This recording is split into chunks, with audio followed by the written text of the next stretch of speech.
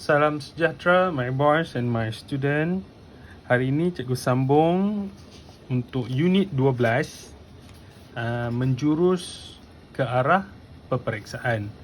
As usual, benda yang paling penting untuk diingat ialah nilai hormat, nilai tanggungjawab, nilai keberanian, nilai kerjasama dan nilai berterima kasih. Ini adalah nilai-nilai universal yang berkaitan dengan chapter hubungan Malaysia dengan dalam hubungan antarabangsa. Okey. Seperti yang kita telah pergi dalam video sebelum ni, benda yang penting dalam page ni adalah hubungan dua hala, Malaysia dengan negara luar, Malaysia dengan negara lain, dan hubungan pelbagai hala, Malaysia dengan beberapa pertubuhan peringkat antarabangsa. Okey. Seterusnya, abaikan yang ni. Mengapa penting Malaysia menjalin hubungan yang bagus dengan negara luar? So, ada 5 kepentingan yang cikgu telah terangkan. Dari segi keselamatan, dari segi ekonomi, dari segi politik, dari segi pendidikan dan sains dan teknologi. Kemudian, kita telah membincangkan cabaran Malaysia dalam mewujudkan hubungan, mengekalkan hubungan antarabangsa dengan negara-negara lain. So dalam bab ni kita tak dapatlah nak buat aktiviti pengukuhan buat masa ni.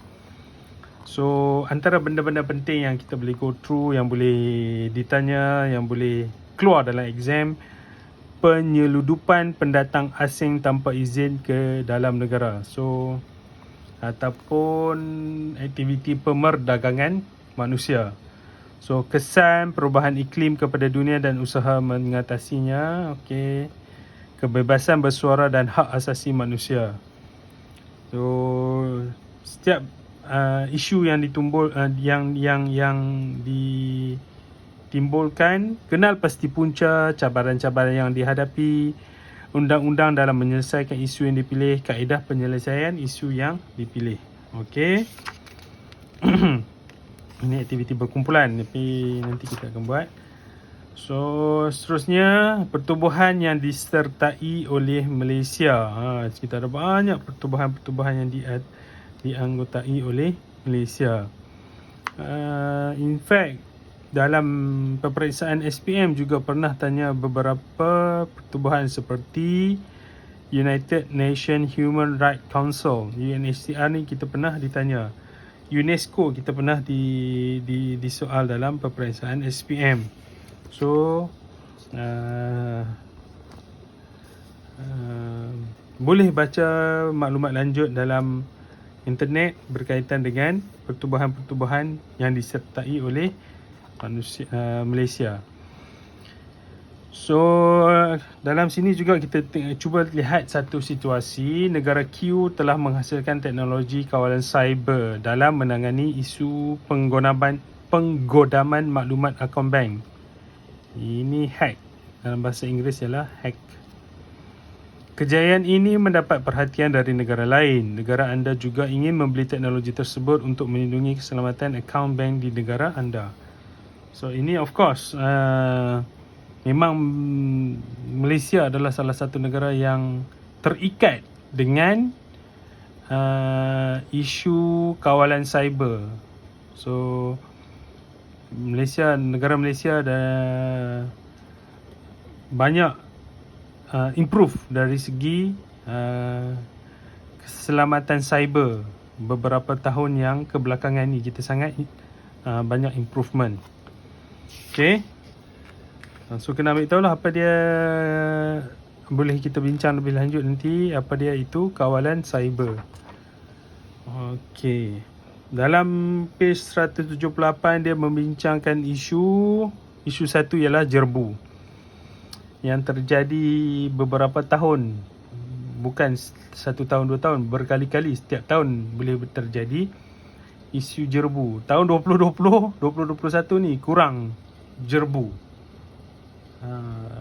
disebabkan coronavirus. Kita tak ada jerbu. Pernah terjadi, in fact di sekolah kita juga pernah bercuti mengejut beberapa hari kerana indeks pencemaran udara yang sangat tinggi. Andaikan anda pemimpin negara, jelaskan cabaran dalam mengekalkan hubungan antara bangsa apabila menghadapi isu-isu tersebut. So, kita di Malaysia ni, kita mengatakan atau kita claim jerbu ni adalah hasil disebabkan oleh pembakaran terbuka yang terjadi di Indonesia. Kita claim. So, kalau macam tu, soalan ni bukan soalan yang level senang sebab dia membayangkan anda adalah pemimpin negara. Pemimpin negara ni siapa? Sama ada you adalah PM, adalah menteri ataupun you adalah menteri. Okay?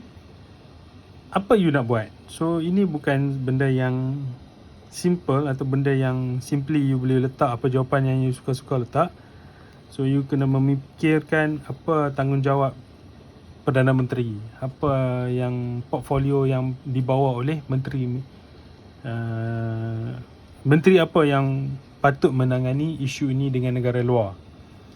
Okey, itu isu berkaitan jerbu boleh keluar dalam peperiksaan SPM. Seterusnya ialah isu pelarian. So sekarang ni pelarian tahun 2020-2021 isu pelarian ni kurang lah sebab kita dilanda pandemik. Tapi sebelum ni isu pelarian daripada Rohingya, daripada Syria, lari mendapatkan perlindungan di negara-negara yang sudi menerima pelarian. Okey. Ini juga adalah benda yang sangat penting.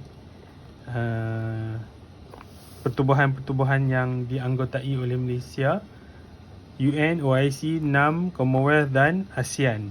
Okey. Apa yang menarik di sini ada satu soalan yang menarik di sini yang kita boleh bincangkan bersama nanti. Malaysia tidak menjalinkan hubungan diplomatik dengan sebuah negara. Bukan sebuah negara, ada dua negara je yang kita tak jalinkan hubungan diplomatik. Namakan negara tersebut. You boleh pilih lah. You nak buat Northern Korea ke, you nak buat Israel. Mengapakah Malaysia bertindak sedemikian? Berikan pendapat anda. So ini something yang you boleh baca dan ambil tahu. Boleh jadi keluar dalam peperiksaan sebab dia sudah ada dalam textbook. You boleh tanya dalam peperiksaan. Alright. Seterusnya dalam page 182 kita lihat di sini berkaitan dengan COVID-19, coronavirus. Dapatkan maklumat kerjasama Malaysia dengan negara luar dalam menghadapi pandemik COVID-19. So, jelaskan kepentingan Malaysia menjalinkan hubungan antarabangsa dalam menghadapi pandemik COVID-19.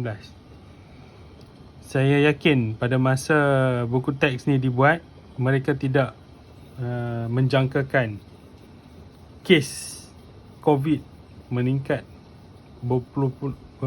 berbelas ribu, hampir 20,000 dah sekarang ni kes sehari.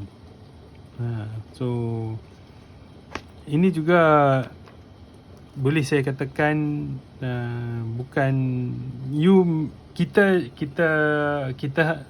this is part of history dan kita adalah golongan yang melaluinya. So besar kemungkinan isu berkaitan dengan coronavirus atau COVID-19 akan keluar dalam peperiksaan. Besar kemungkinan. Sama ada dalam bidang unit 12 berkaitan Malaysia dengan negara luar atau berkaitan dengan tindakan Malaysia dengan rakyatnya atau berkaitan coronavirus antara ahli keluarga atau rakan-rakan. So banyak isu yang boleh ditimbulkan daripada pandemik COVID-19. So penting untuk kita ambil tahu secara detail, sebab this is part of our history. Kita telah melaluinya.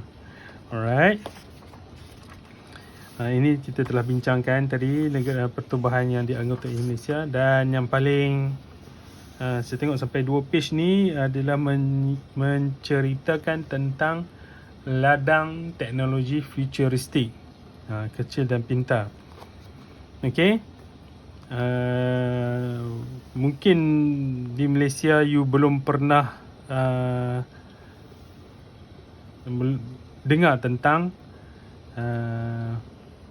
futuristic farm, tapi sebenarnya dah ada di Malaysia ni, dah ada tempat yang dah buat dah. So data dari segi peladangan collected by komputer, simpan dalam clouds. So information about binatang ternakan, dapat real time information, ada CCTV, ada chip pada setiap binatang. Okay. Drone digunakan untuk meninjau keadaan, bukan sekadar meninjau. Sekarang ni drone juga digunakan untuk meracun dan membaja, terutama di kawasan-kawasan yang penanaman padi luas. So drone digunakan untuk memudahkan penanaman padi dari segi baja dan racun. Armada agriculture robots ni mungkin belum popular di Malaysia, tapi banyak teknologi robots ataupun jentera yang lebih berteknologi tinggi digunakan untuk dalam bidang pertanian, untuk memudahkan petani mengutip hasil. Begitu juga dengan smart tractors. So benda-benda ni boleh ditanya dalam peperiksaan, so you kena ambil tahu. So ada juga di sini dia tulis Taman Tema Air Futuristik, Pasaraya Futuristik, Bank Futuristik, Rumah Futuristik. So banyak dah. Yang tak ada kat Malaysia saya rasa Taman Tema Air Futuristik ya. Oh, tak nampak. Sorry. Okey, yang tak ada dekat Malaysia di sini ialah Taman Tema Air Futuristik ya. Bank Futuristik banyak dah dekat Malaysia. Kerani pun tak ada. You boleh print statement using the machine. Banyak dekat Malaysia. You nak buat apa-apa. In fact, because of the pandemic COVID-19, bank transform sangat laju dari segi perkhidmatannya, dari, tanpa menggunakan physical contact. Rumah futuristik, of course, banyak dah. You boleh control the whole house, the whole electrical appliances using smartphone. Ni you ada duit, you boleh buat. That's it. Dah ada teknologi tu, dah ada di Malaysia. Pasaraya futuristik mungkin agak terhad, mungkin di KL sudah ada, tapi sehingga kita di Taiping bukan juga ketinggalan. Let's say kita pergi ke Tesco, you just beli barang guna smartphone, you scan every single item yang you masuk dalam you punya card, terus pergi ke kaunter, bayar saja. Tak perlu dah scan up everything, terus boleh balik. So jimatkan masa. So tema air lah, kita boleh fikirkan macam mana futuristiknya wetland. Okay, itu saja yang cikgu nak kembangkan idea you berkaitan dengan chapter 12. Semua cikgu sampai sini saja. Kita dah tamat chapter 12 dan habis silibus tingkatan 5. Cikgu mohon maaf atas salah silap yang telah dibuat, dan cikgu ucapkan selamat maju jaya terutama dalam peperiksaan SPM nanti. Sekian, terima kasih.